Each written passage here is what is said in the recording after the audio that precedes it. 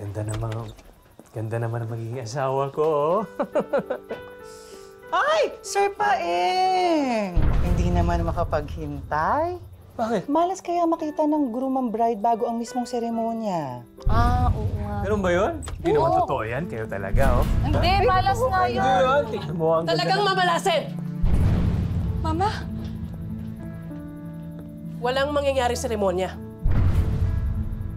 Tita, huwag niyo pong gawin to. Parang awan niyo na. Tuloy na yung kasal namin ni Joanne.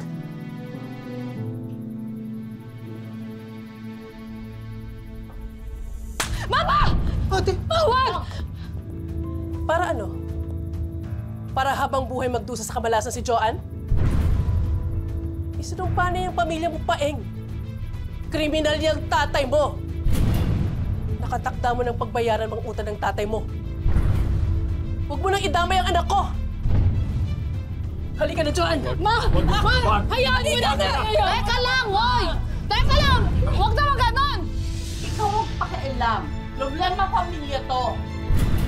Halika na, Joanne! Tawa ka, anak ko! Sige, halika na! Tigilin ka na! Tawagin natin si Danny Almat. May daanan dito. Dali! Tama na, Ma!